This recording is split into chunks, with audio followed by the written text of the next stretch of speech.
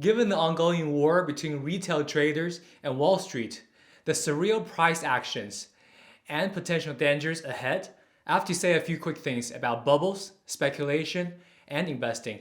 At the end of this video, I will talk about what you can do. So, what's going on? The traditional companies hated by Wall Street hedge funds like GameStop, Blockbuster, Bed Bath & Beyond, AMC Entertainment, BlackBerry, etc. have been heavily sold short because of the lack of strong fundamentals. But because an increasing amount of retail traders on Reddit piled into these stocks that big Wall Street funds are shorting, prices have run up. This is exacerbated by short covering or buying back the stock you have sold short by the Wall Street funds. Stocks like GameStop and AMC Entertainment had huge price run up in the order of 10 to 20 times in just the last few trading days. I have studied many major bubbles throughout history. Here are some signs of a bubble. New and inexperienced entrants. Over 10 million new investment brokerage accounts were opened in 2020. A lot of these new accounts are funded by first-time investors and traders with stimulus checks. So, check this one. Another sign of a bubble is rapidly rising prices. GameStop stock rose from $20 to $345 per share in less than a month. AMC Entertainment stock rose from $2 to $20 per share in the same time period. Check that as well. Everyone, even your taxi driver, is talking about it.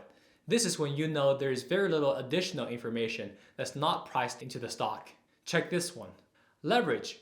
When you play in the market through either margin or options, you're playing with borrowed money for amplified results. It's great if you bet correctly. It's devastating if your bet goes wrong. Check. Artificially low volatility. When the market is not expecting major swings and uncertainties, it's setting up for a surprise, although the volatility index is high currently, so not checked. Trend following. Value investing is dead, and yep, people are looking for the next GameStop and the next hot SPAC right now. It works until it doesn't, so trend following, checked. Price action disconnected with the fundamentals. The cohort of GameStop and some newer SPACs does not have any fundamental earnings to show that it's a quality or safe investment, so this is checked as well. I'm not predicting when the bubble will pop, but it will pop. I'm not predicting the whole market will pop, but certain parts of the markets are frothy. Investing versus speculation. The price of an asset depends on two things: how much cash flows the asset generates in the future and how much you're willing to pay for those cash flows. Investors would pay a higher price for an asset because either the cash flow of the asset improved or the multiple between the price and the fundamentals increased. Investors think like an owner of the business or asset. Do I want to own this asset that generates this much cash flow at this price? On the other hand, speculators would pay a higher price because they think someone else will pay an even higher price. That is, there's a greater pull. They look for trends and guess where things will go. You can be a good investor and or a good speculator. Frankly, I invest most of the time and speculate occasionally. But I speculate only if I came to conclude better information than others, or I think the risk-reward relationship makes sense. When I bought quality technology stocks a few years ago, I was investing in growth and the future. When I bought call options on the stock market last March, I was speculating that market will recover given the massive stimulus. So, what can you do? Given the huge run-up in a few stocks, you have a few choices. Choice number 1, don't invest at all. No pain, no gain.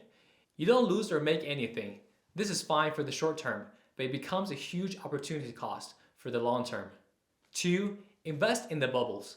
This is a viable strategy to ride the price appreciation, but don't be the last fool. When you don't know if you're the last fool or not, then chances you are. Choice number 3, invest in long-term quality companies. This is what I chose. You invest in the quality business that you know that's going to be here in 10 years. You can have a great night of sleep and wake up in the next morning knowing the business is still up and running and returning you profits. So that's my quick take on the current market. You can always come back and reference to the signs of a bubble in the future. Whether you like to speculate or invest, do so safely. And let's see how this plays out over the next few weeks. If you like my more timely content on the stock market, please hit the thumbs up button and subscribe to my channel. You can always find me on richlyeverafter.com. I'll see you again.